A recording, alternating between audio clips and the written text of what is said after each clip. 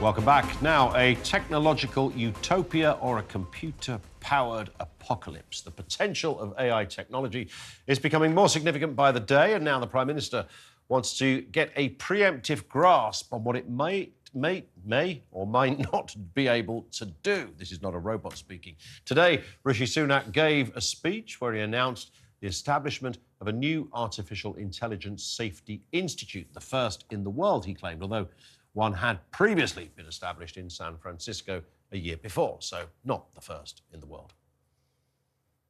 These reports provide a stark warning. Get this wrong, and AI could make it easier to build chemical or biological weapons. Terrorist groups could use AI to spread fear and destruction on an even greater scale. Criminals could exploit AI for cyber attacks, disinformation, fraud, or even child sexual abuse.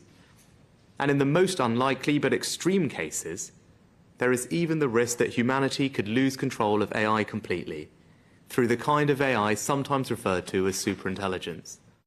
Well, next week, the UK will host a global summit in Buckinghamshire, bringing together experts, foreign governments and big business, all with AI in mind. Joining me now is the technology writer and broadcaster, Kate Bevan. Kate, thanks for being with us tonight. So why is Rishi Sunak drawing the focus on AI now? What's the reasoning? Well, AI has actually been with us for quite a long time, but it's really sort of burst into public consciousness recently with the rise of what's called generative AI, things like ChatGPT, Midjourney for generating images and all the applications that can generate code and music and images and films. So suddenly it's really to the forefront. AI has been with us a long time, but this has kind of concentrated minds on the problems of it, the opportunities of it and the risks of it.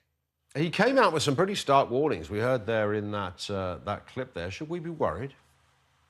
There's always things to worry about with any new technology, and with AI, he's not wrong to flag up the issues of, any technology can be misused, and that includes AI. He highlighted things like, using AI to help manufacture bioweapons for cybersecurity risks, that kind of thing. Those are very real risks, and actually, some of them are happening now. AI is being used to craft the phishing emails that land in your inbox, for example. It speeds up that kind of process. I think there's much less to worry about.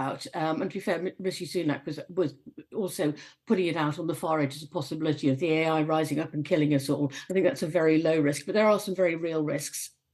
And that's the interesting thing. There was a couple of months ago, some scientists, like Elon Musk was even there as well, saying, we've got to pull the handbrake on this one just for a bit until we know a bit more. So, it's clearly substantially concerning enough for some of the biggest names in the world of tech to be worried. Yeah, I have some reservations about that sort of Musk-led initiative. There's a big sort of rise up of the technology industry going, we must regulate this. And, the concern here is what they're saying is we want to be in charge of how that's regulated. They want to get out in front of regulation. And there is some concerns around this summit. That's also part of the motivation for the big tech companies taking part. AI regulation has to be done in a bigger, more holistic way than just letting the AI companies, the tech companies, write the rules. How is it being used at the moment? Because it's sometimes conflated, isn't it, with just technology? People see tech and they say, it's artificial intelligence. No, it's not. It's just technology, which we've had for ages. It's been there doing its thing. What is AI doing now in terms of AI is powering the way we live? Yeah, it's doing lots of things. I mean, if you look on your phone and you ask it to find a picture, I don't know, of your child, and you've labelled it, it'll pull those up.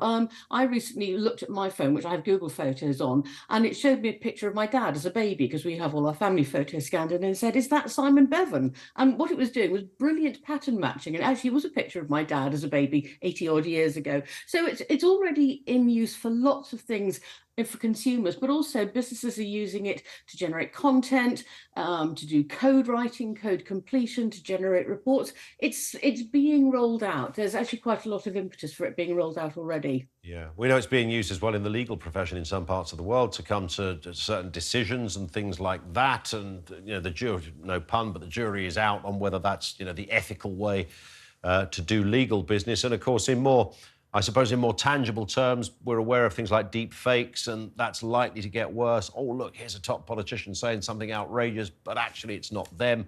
I think Starmer was at the centre of one of those quite recently. We will see more of that stuff. So more Misinformation is perhaps one of the big question marks. Yes, very much so. I mean, I think that's one of the risks we really need to be focusing on, not the risk of, the robots deciding to take over the world. The risk, we already have a lot of misinformation. We're seeing how it's being used in the Ukraine war and now what's going on in the Middle East. And there are bad actors willing to exploit this all the time. They're already using all sorts of technology tools to create misinformation, to mislead us. AI is just another tool in their toolbox. What sort of restrictions do we need? Just a final point on this. I mean, what do we need a new government department almost outside of the standard sort of culture, media and tech area? We need cross-border agreements on this. I mean, the EU's are pulling legislation together, the US is pulling legislation together. So legislation needs to be harmonized across countries. AI needs to be built with a responsible by design approach. That means, you think about it all the way through, every single step of developing it. What makes this responsible? What guardrails do we need to put in, rather than retrofitting it after the event? And we've got this summit taking place. The invitation of China has proved fairly controversial. These are the guys that are meant to be way ahead of the game in this department. Yeah, I think it's good actually that China's invited. I mean, I know we are adversarial with China and they are adversarial with us, but they have done a lot of work on AI and we need them in the tent.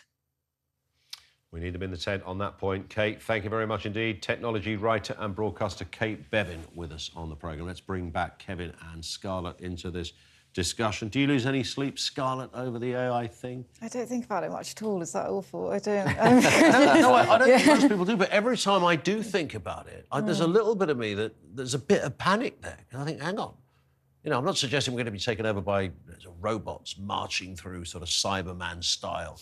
But ultimately, we are told that is where it could, left unchecked, end up. Now you're looking scared, Maguire. No, I was just thinking, I think I'm more interested in Cybermen than I am in AI. I just don't, it's something that I find it really difficult to pay attention to, even though, I'm told we all need to get to grips with it and learn how to use it as well, but no, I'm not quite there yet. Yeah. Kevin?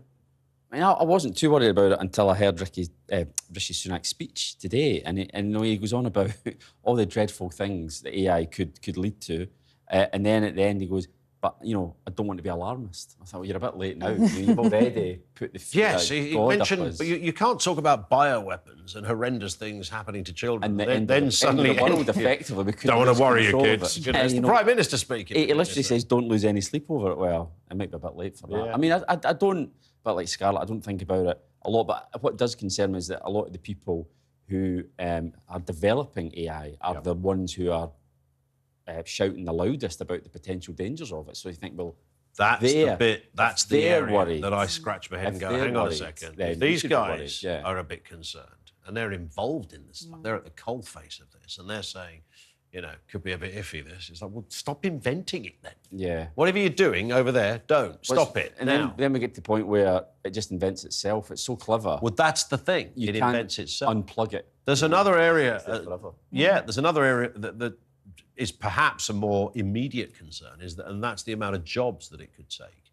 And I told this story a couple of weeks ago. There was a documentary I watched, Silicon Valley kind of people speaking, and they made the point that when the internet came out back in the day, people said, it's going to take jobs. It'll take jobs and we'll be scuppered. And of course it didn't. It created jobs, millions of jobs around the world, either directly or indirectly because of the internet. Some people are saying that about AI. Oh, it's going to create loads of jobs. And these guys are going, no, it's not. This really is not going to create lots of... There will be some jobs associated with the implementation of it, but almost one of the reasonings behind it is that it does stuff that humans don't have to. That's I mean, socio-economic terms, that's a huge problem. It's scary. And already, as a journalist, you already see people saying, well, they could write stories. They could certainly write headlines. They can, design, layout, all that type of stuff. You think, well, hang on a minute. What are we meant to do then? How are we going to get paid? Because everybody thinks, well, it's not going to affect my profession, And then I was looking through YouTube the other day and I saw an ad for a voiceover agency that is all AI-generated voices. And the ad was voiced by a non-voice, essentially. You pick any voice you like, any accent you want, any intonation you want. You don't pay that voiceover artist what you'd normally pay. You just give them 50 quid or whatever, and back comes your... So there's just a very obvious way. Writing copy, your bread and butter, Kevin, forever. Yep. I mean, that's clearly something that's... but that's the sort of area, isn't it? Absolutely. That you can imagine a machine would go, we can whip that up in 20 seconds. Probably. And we've got all the data, we've got all the quotes from everybody, we can fact-check it, as it were, all within lightning speed. Yep. And then we move to the pollsters and take over that. Yeah. So it'll be us three on an island somewhere. Yeah, but I mean, that's what led to the writer's strike in Hollywood, wasn't it? That's correct, yeah. That was a connection. AI scripts and the use of what people have done before and just regurgitating. Should we be worried about China, though? We mentioned there, that last point to our last guest, Kate, about China's invitation to this summit. I mean, these really are the powerhouse of AI at the moment.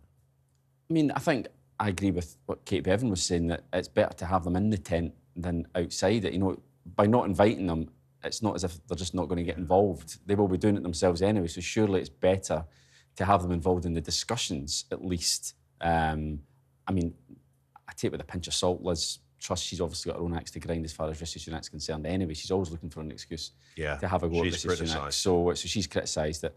But no, I think, you know, it might be a little bit controversial, and clearly there are ideological and all sorts of other differences with China. But when it comes to something which is about the good of humanity, surely it's better to have and that's the strange thing when it comes to the medical world, you know, can be changed forever. You know, the obvious areas in cancer work with neurosurgeons, they can't get into that part of the brain because it's impossible without essentially damaging or killing the patient. AI probably will be able to do that kind of stuff. Now, who's going to argue against that? The other side is the more sort of Black Mirror type implementation, you know, the social credit schemes, the facial recognition, the idea that you can't go from there to there without something bleeping you and telling you not to move. Everything is tracked, everything is monitored in ways we could not currently imagine. So come on, Scott, you've got to be scared now. No, that I do find scary. I guess I'm just slightly sceptical that we'll get there anytime soon, but maybe I've got my... Next Tuesday, apparently. Next Tuesday. Yeah, that's what my sources are telling me. Yeah. No, I mean, I don't know. I do think with China, it does seem, especially on this issue, it seems much better to collaborate with them, at least at this stage, if they're open to, or at least have conversations with them. But, I mean, it's not... I don't know, not really my area of expertise, so I wouldn't advise Rishi Sunak on it.